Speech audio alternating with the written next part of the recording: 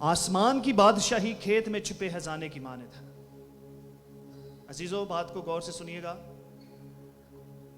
آسمان کی بادشاہی کھیت میں چھپے خزانے کی مانند ہے جسے کسی آدمی نے پا کر چھپا دیا اور خوشی کے مارے جا کر جو کچھ اس کا تھا بیچ ڈالا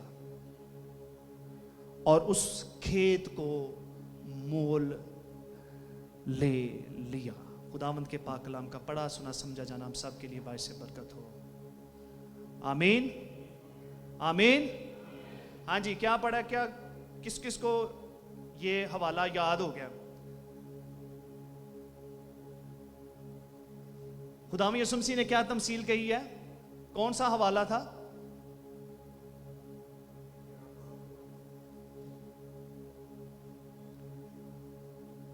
متی کی انجیل اس کا 13 باب اور اس کی. دیکھیں، میرا ایسا کرنے کا مقصد ہرگز کسی کو پریشان کرنا نہیں ہے. دیکھیں، اگر میں ادھر کھڑا ہوں تو میں نے ان بینچوں سے کلام نہیں کرنا، ٹھیک ہے؟ کلام کا مقصد اگر پورا نہیں ہوگا، آپ سنیں گے نہیں، تو کلام سنانے کا کوئی مقصد نہیں ہے. پھر سے سنیے گا. آسمان کی بادشاہی کھیت میں چھپے کس کی مانند ہے؟ جسے کسی آدمی نے پا کر چھپا دیا اور خوشی کے مارے جا کر جو کچھ اس کا تھا بیچ ڈالا اور اس کھیت کو جس میں اس نے کیا کیا تھا، جس میں اس نے خزانہ چھپایا تھا، اسی کھیت کو اس نے جا کر خرید لیا، مول لے لیا. آمین. میرے عزیزو، یہ بڑی خوبصورت بات خداوند یسوع مسیح نے ہمیں آسمان کی بادشاہی کی امپورٹنس کے بارے میں بتائی ہے کہ آسمان کی بادشاہی کس قدر امپورٹنٹ ہے اس دنیا کی چیزوں سے. اور جو خدا کے خادم پاسٹر ڈیرک 2 ویک سے ہمیں یہ سمجھا رہے ہیں کہ حقیقی توبہ کرنے کی ضرورت ہے. کس چیز کی؟ کیونکہ حقیقی توبہ جو ہے وہ ہمیں خدا کی بادشاہی میں لے جاتی ہے. اس کے بغیر ہم خدا کی بادشاہی میں جا نہیں سکتے. اور خداوند یسوع مسیح نے یہ جو تمثیل ہے، تو اس کا مطلب یہ ہے کہ ہمارا دل جو ہے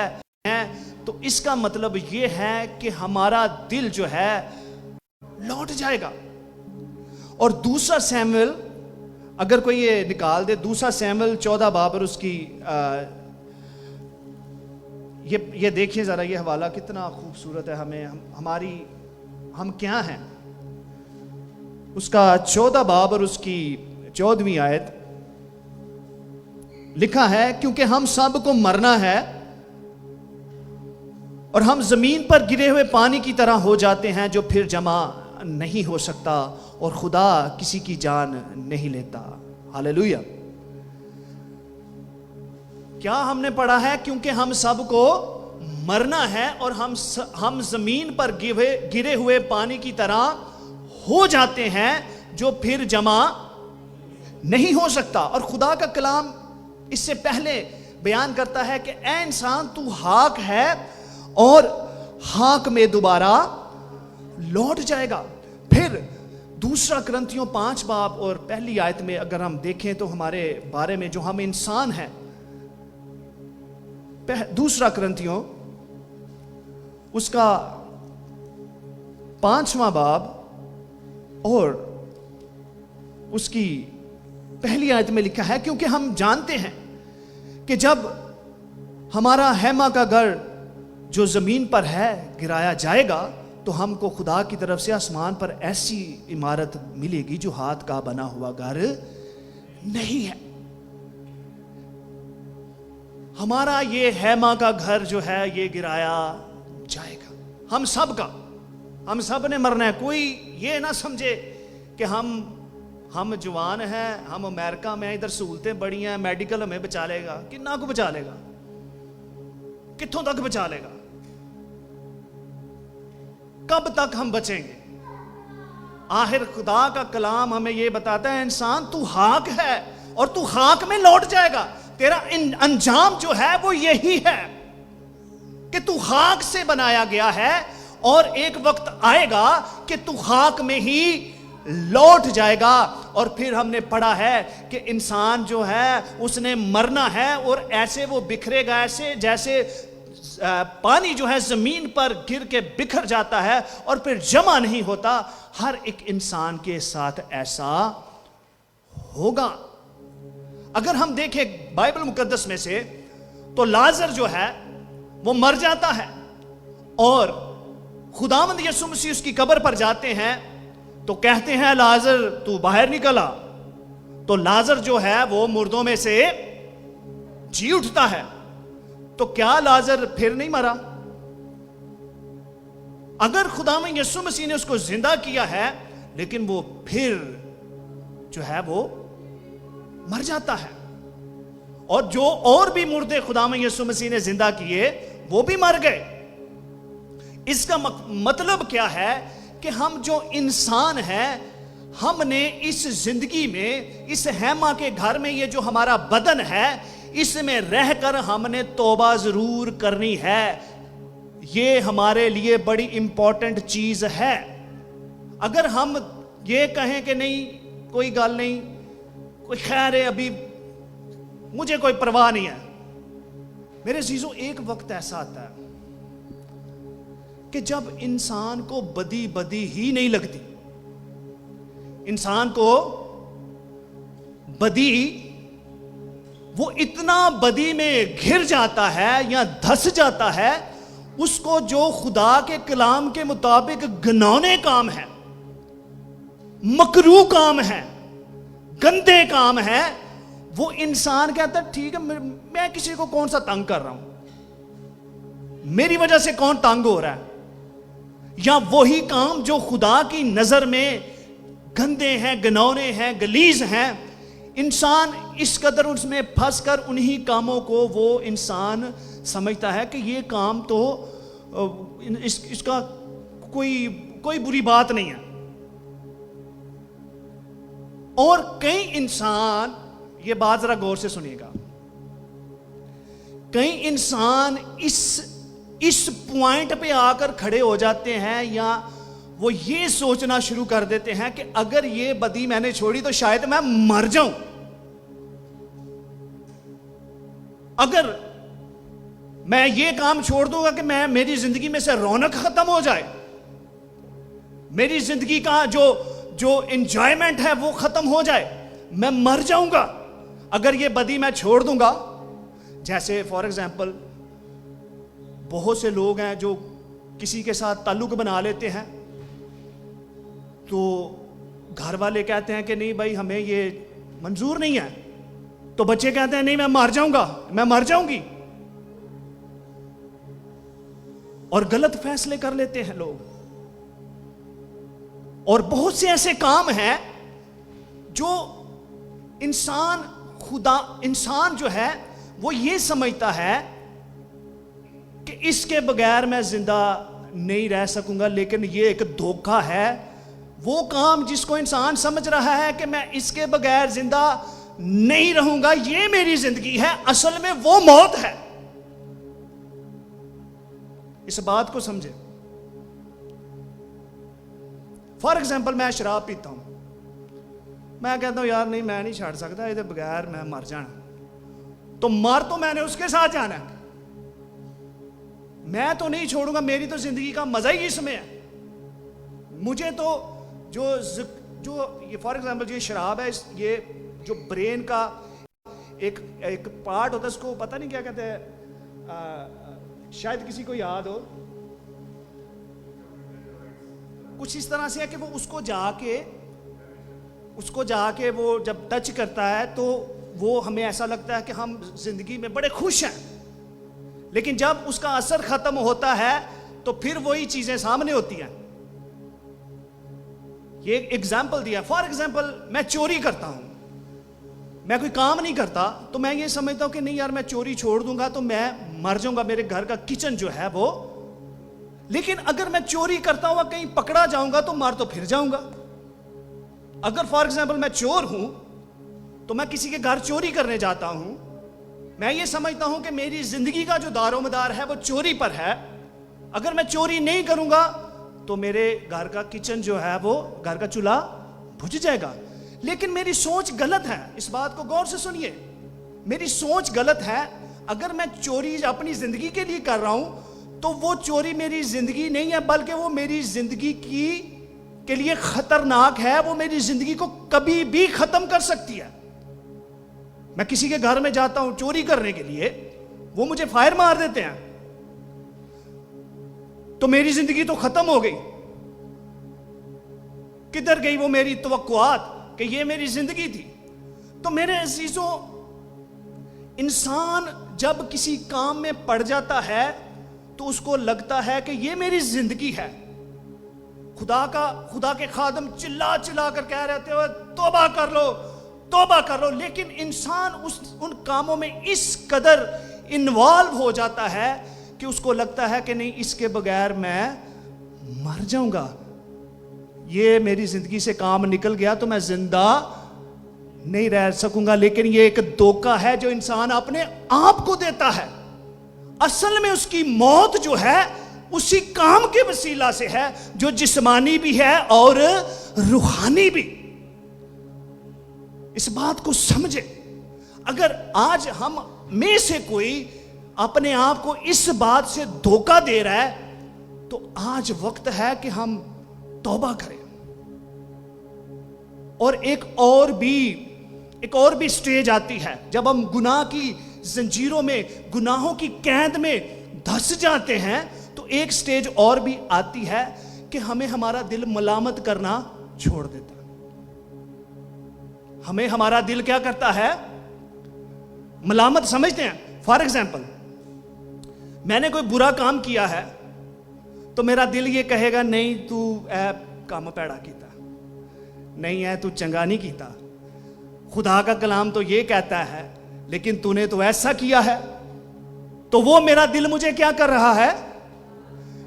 ایک سٹیج ایسی آتی ہے کہ ہمارا دل ہمیں ملامت کرنا چھوڑ دیتا ہے کہ جو تو کر رہا ہے وہ ٹھیک ہے. ہم خدا کے کلام کا لحاظ چھوڑ دیتے ہیں اور ہم اپنے دل کی مرضی پر, اپنے دل کی آواز کو سنتے ہیں اور اپنے رستے پر چلتے جاتے ہیں, اور ہم یہی سمجھتے ہیں کہ میں بالکل ٹھیک کر رہا ہوں. ہمارا دل ہمیں ملامت کرنا یہ بڑی خطرناک سٹیج ہے. جب ہمیں ہمارا دل ملامت کرنی چھوڑ دے, اس کا مطلب یہ ہے کہ خدا کا کلام ہمارے دل کے اوپر کوئی اثر کر ہی نہیں رہا. اور جب خدا کا کلام جو ہمیں زندگی بخشتا ہے, ہمیں اس بادشاہی کے بارے میں بتاتا ہے, اگر ہم اس کے کلام کا لحاظ نہیں کریں گے تو اس کی بادشاہی میں کیسے جائیں گے؟ آج جو انٹی نے تلاوت کیا اس میں اگر آپ نے غور کیا ہو تو اس میں ایک آیت تھی, اے خدا مجھے اپنے حضور سے خارج نہ کر.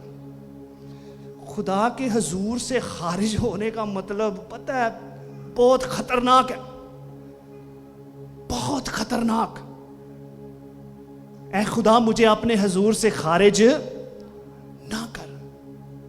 میرے عزیزو, یہ جو شخص ہے اس نے کیا کیا ہے جو آج ہم نے آیت پڑھی ہے؟ اس نے کیا کیا ہے؟ اسے ایک خزانہ ملا ہے. غور سے سنیے گا, اسے کیا ملا ہے؟ ایک خزانہ ملا ہے, اور اس نے اس خزانے کو ایک کھیت میں جا کر چھپا دیا. اور اس شخص کو پتا ہے کہ اس خزانے کی ویلیو جو ہے میری پوری جائیداد سے, میری پوری پراپرٹی سے کہیں بڑھ کر ہے, اور اس خزانے کا صرف اسے ہی پتا ہے. وہ کیا کرتا ہے؟ اس خزانے کو ایک کھیت میں چھپاتا ہے, اس کے بعد وہ کیا کرتا ہے؟ اس کے بعد جاتا ہے اور اپنی ساری جائیداد جو ہے، اس کی جو ساری پراپرٹی ہے، اس کو وہ بیچ دیتا ہے. کیوں؟ اس کھیت کو لینے کے لیے جس میں اس نے کیا کیا تھا؟ اس نے قیمت کس کی ادا کی؟ کھیت کی. وہ خزانے کی قیمت ادا نہیں تھا کر سکتا. بات کو غور سے سنیے گا، کیونکہ وہ خزانہ جو تھا اس کی قیمت بہت زیادہ تھی. اس نے اسے چھپا دیا، اور جس کا وہ کھیت ہے اس کو نہیں پتا کہ اس کھیت کے اندر بیش. اب وہ بندہ جو ہے اتنا اس چیز کے لیے اس کا مائنڈ جو ہے، اس کا دل جو ہے اس چیز کے لیے اتنا کہہ لیں کہ وہ تیار ہے، خوش ہے. وہ اس موقع کو ضائع نہیں کرنا چاہتا. وہ کھیت کا کوئی ایک حصہ نہیں لیتا، کھیت کے کوئی 2 حصے نہیں لیتا، کھیت کے 3 حصے نہیں لیتا، بلکہ وہ پورے کا پورا کھیت ہی خرید لیتا ہے، تاکہ کوئی کل اس پر آ کر کوئی دعویٰ نہ کرے کہ اس میں میرا بھی حصہ ہے. وہ پورا کا پورا خزانہ جو ہے اس کو انجوائے کرنا چاہتا ہے. اس لیے وہ اپنی پوری پراپرٹی بیچ دیتا ہے. وہ اپنی پوری پراپرٹی کی ویلیو کو کچھ نہیں سمجھتا، کیونکہ اسے پتا ہے کہ جو خزانہ ہے وہ میری پراپرٹی سے کہیں بڑھ کر ہے. تو یہ مثال خداوند یسوع مسیح نے اس لیے دی ہے کہ آسمان کی بادشاہی جو ہے وہ بھی کھیت میں چھپے خزانے کی مانند ہے. اگر تم اسے حاصل کرنا چاہتے ہو تو اپنی سب چیزوں کو چھوڑ دو اور میرے کلام کی طرف توجہ کرو. لیکن ہم کیا کرتے ہیں؟ ہم آسمان کی بادشاہی کو چھوڑ دیتے ہیں اور دنیا کی چیزوں کے پیچھے بھاگنا شروع کر دیتے ہیں. ہم آسمان کی بادشاہی کو بیچ دیتے ہیں اور دنیا کی رنگینیوں میں رنگ جاتے ہیں. ہم خدا کی بادشاہی کو معمولی چیز سمجھتے ہیں. ہم خدا کی بادشاہی کی ویلیو کو جو ہے وہ نظر انداز کرتے ہیں اور دنیا کے کاموں میں، دنیا کی بھیڑ میں ہم کھو جاتے ہیں. خدا کا کلام یہ کہتا ہے، اگر تیری آنکھ تجھے بدی کی طرف لے کر جائے تو اپنی آنکھ کو نکال دے، کانا ہو کر خدا کی بادشاہی میں آ جا. اس سے بہتر ہے کہ تو دونوں آنکھیں رکھتا ہوا جہنم میں جائے، اس آگ میں جائے. اگر تیرا بازو تجھے بدی کی طرف لے کر جاتا ہے تو اپنا بازو کاٹ دے، ٹنڈا ہو کر خدا کی بادشاہی میں آ جا. بجائے اس کے کہ تیرے 2 ہاتھ ہوں اور دونوں ہاتھوں سمیت تو کدھر جائے. یہ دیکھیں خدا میں یسوع مسیح امپورٹنس کو سمجھے. فار ایگزامپل، ہم کسی کو مشورہ دیں کہ بھائی آپ نے فلاں ڈاکٹر کے پاس جانا ہے، چاہے وہ کتنا دور بھی ہے. وہی ڈاکٹر جو دور ہے، اگر آپ کے پاس پیسے نہیں ہے، آپ کے پاس کچھ نہیں ہے، اگر آپ نے زندگی کو بچانا ہے نا تو اسی ڈاکٹر ایک کے پاس ہی آپ کی مرض کا علاج ہے.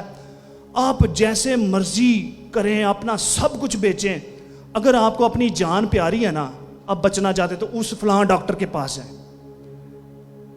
اسی طرح خداوند یسوع مسیح نے یہ باتیں ہمیں بتائی ہیں کہ جو بادشاہی کی امپورٹنس ہے وہ اس قدر ہے، کیونکہ جو اس میں نہیں جائیں گے ان کا حال جو ہے وہ بڑا ہی دردناک ہوگا.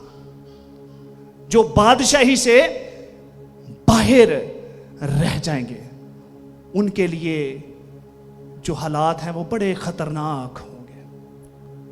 میرے عزیزو، بادشاہی کیسی ہے؟ بادشاہی بڑی خوبصورت ہے. ہاللویا. بادشاہی میں جو لوگ جائیں گے وہ بڑی زبردست چیز ہے. آئیں میرے ساتھ دیکھیں مکاشفہ 21 باب اور اس کی پہلی آیت غور سے سنیے گا. جو بادشاہی ہے ہم ترک کرتے ہیں, ہم نظر انداز کرتے ہیں خدا کے کلام کو, اس کی باتوں کو نظر انداز کرتے ہیں. ہم اس دنیا کی میلی کچیلی سڑکوں پر گھوم رہے ہیں, ہم اس دنیا کے پیسے کے پیچھے گھوم رہے ہیں, ہم اس دنیا کی کھانوں کے پیچھے گھوم رہے ہیں. آئیں دیکھیں خدا نے اپنے مقدسوں کے لیے, اپنے لوگوں کے لیے کیا کیا جگہ تیار کی ہے, کیا کیا چیزیں تیار کی ہیں. لکھا ہے, پھر میں نے ایک نئے آسمان اور زمین کو دیکھا, کیونکہ پہلا آسمان اور پہلی زمین جاتی رہی تھی اور سمندر بھی نہ رہا تھا.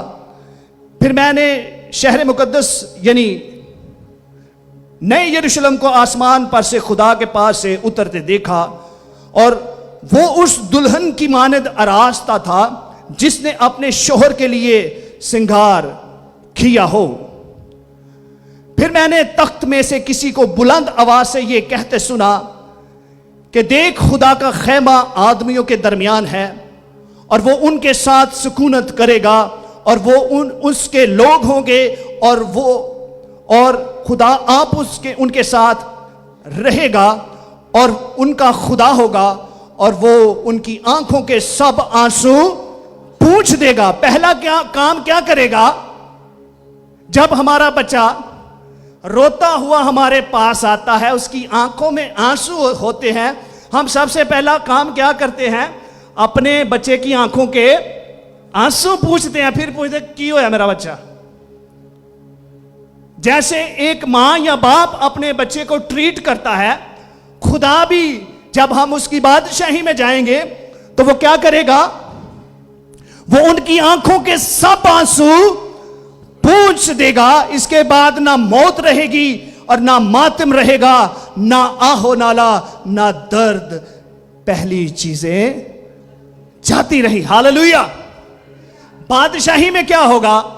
کوئی رونا نہیں ہوگا, کوئی ماتم نہیں ہوگا, کوئی موت نہیں ہوگی, کوئی آہو نالا نہیں ہوگا, کیونکہ خدا پہلی ساری چیزیں جو دکھ تکلیف جو موت ہے ان کو ختم کر دے گا.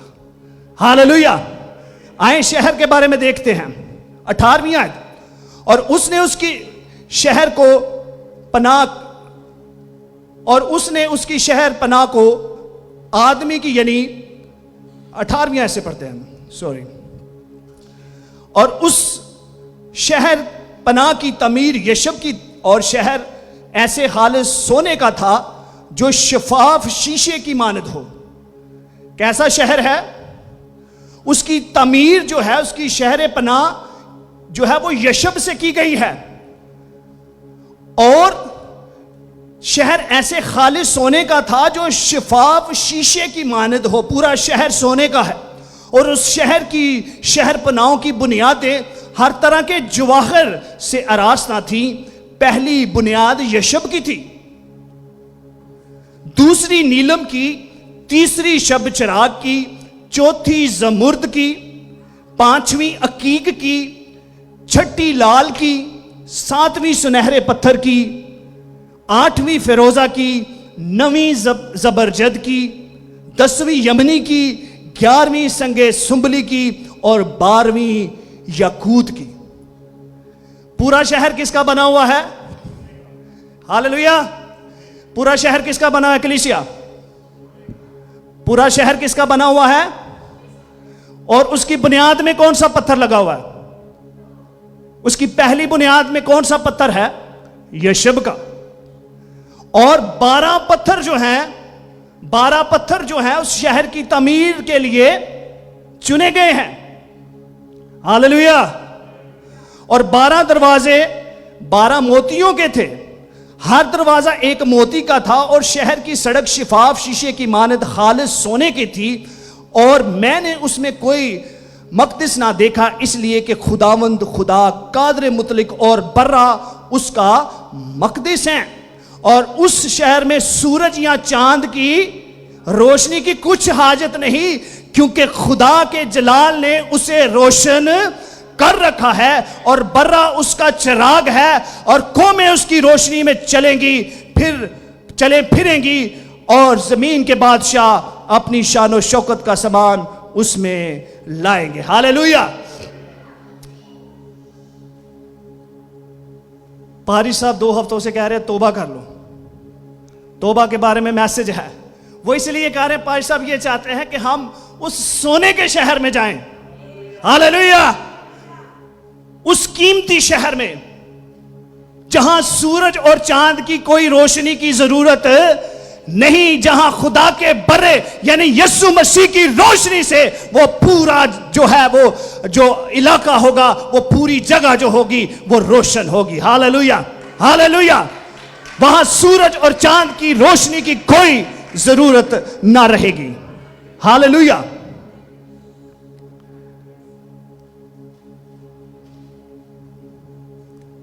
اور اس کے دروازے دن کو ہرگز بند نہ ہوں گے اور رات وہاں نہ ہوگی, اور لوگ قوموں کی شان و شوکت اور عزت کا سامان اس میں لائیں گے, اور اس میں کوئی ناپاک چیز یا کوئی شخص جو گنونے کام کرتا ہے یا جھوٹی باتیں گھڑتا ہے ہرگز داخل نہ ہوگا, مگر وہی جن کے نام برے کی کتاب حیات میں لکھے ہیں ہوئے ہیں. ہاللیلویہ. کون اس شہر میں جائیں گے؟ جن کے نام کتاب حیات میں لکھے ہوں گے. آگے پڑھتے ہیں 22 باب. پھر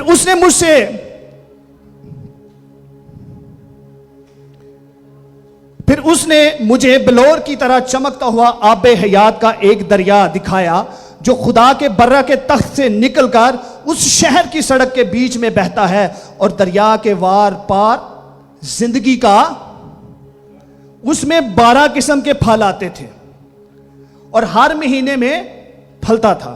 ایک درخت ہے اور اس کو 12 قسم کے اور ہر مہینے پھل لگتے ہیں, اور اس درخت کے پتوں سے قوموں کو شفا ہوتی تھی. پھر وہ لعنت نہ ہوگی, اور خدا اور برے کا تخت اس شہر میں ہوگا, اور اس کے بندے اس کی عبادت کریں گے, اور وہ اس کے منہ اور اس کا منہ دیکھیں گے, اور اس کا نام ان کے ماتھوں پر لکھا ہوا ہوگا. ہاللیلویہ.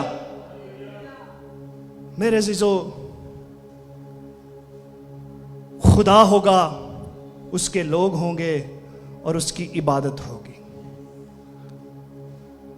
اور نہ وہاں رونا, نہ وہاں ماتم, نہ کوئی پریشانی, نہ کوئی ڈپریشن, نہ کوئی بیماری, نہ کوئی لاچاری. ہاللیلویہ. ہم سب بدل جائیں گے, ہم سب بدل جائیں گے. میرے عزیزو, یہ ہے خدا کی بادشاہی جس میں جانا ضروری ہے. اگر ہم باہر رہ گئے تو آئے دیکھیں ہم کیا ہوگا. متی 13 باب, یہ تھوڑی سیڈ سٹوری ہے.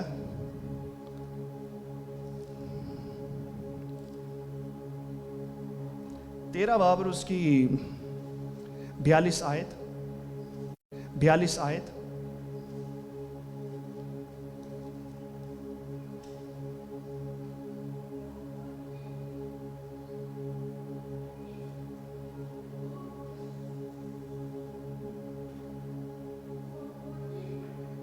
ہم 41 ورس سے ہم پڑھیں گے.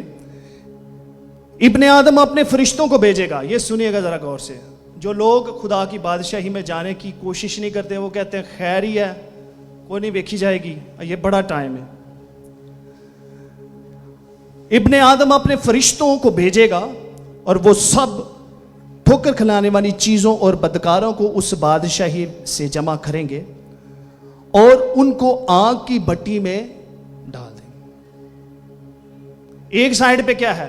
سونے کی سڑکیں, پتھر لگے ہوئے ہیں جناب, 12 قسم کے پھلدار درخت ہیں, کوئی رونا نہیں, کچھ نہیں ہے, کوئی پریشانی نہیں ہے. دوسری طرف کیا ہے؟ اور ان کو آگ کی بھٹی میں, وہاں رونا اور دانت پیسنا ہوگا. وہاں رونا اور کیا ہوگا؟ اس وقت راست باز اپنے باپ کی بادشاہی میں آفتاب کی مانند چمکیں گے. جس کے کان ہو سن لے. جس کے کان ہیں وہ آج سن لے کہ جو بادشاہی کے باہر رہ جائیں گے ان کے لیے ایک اور جگہ ہے جہاں آگ ہی آگ ہے, اور اسے بائبل مقدس کہتی ہے آگ کی بھٹی. اور جو لوگ وہاں جائیں گے ان کی زندگی بھی ہمیشہ کی زندگی ہوگی, وہ بھی ختم نہیں ہوگی, اور وہ ہمیشہ آگ میں جلتے رہیں گے. اور وہاں لکھا ہے رونا اور دانت پیسنا. وہاں رونا اور کیا ہے؟ دانت پیسنا ہے. اس لیے میرے عزیزو, آج وقت ہے ہم آسمان کی بادشاہی کی فکر کرنا شروع کریں. ہم نے جن چیزوں کی وجہ سے ہم خدا سے دور ہیں, آئیں آج ان سب چیزوں کو, جس طرح اس آدمی نے سب کچھ بیچ دیا, اس نے کہا میرے لیے ان چیزوں کی کوئی امپورٹنس نہیں ہے, میرے لیے امپورٹنس اس خزانے کی ہے, اس کھیت کی ہے جہاں وہ خزانہ چھپا ہوا ہے. اس نے اس سارے کھیت کو خرید لیا, اور آج ہمیں بھی اس طرح کرنے کی ضرورت ہے. ہمیں بھی وہ چیزیں سب کچھ بیچنے کی, باہر پھینکنے کی ضرورت ہے جو ہمیں خدا کی بادشاہی میں جانے سے روک رہی ہیں.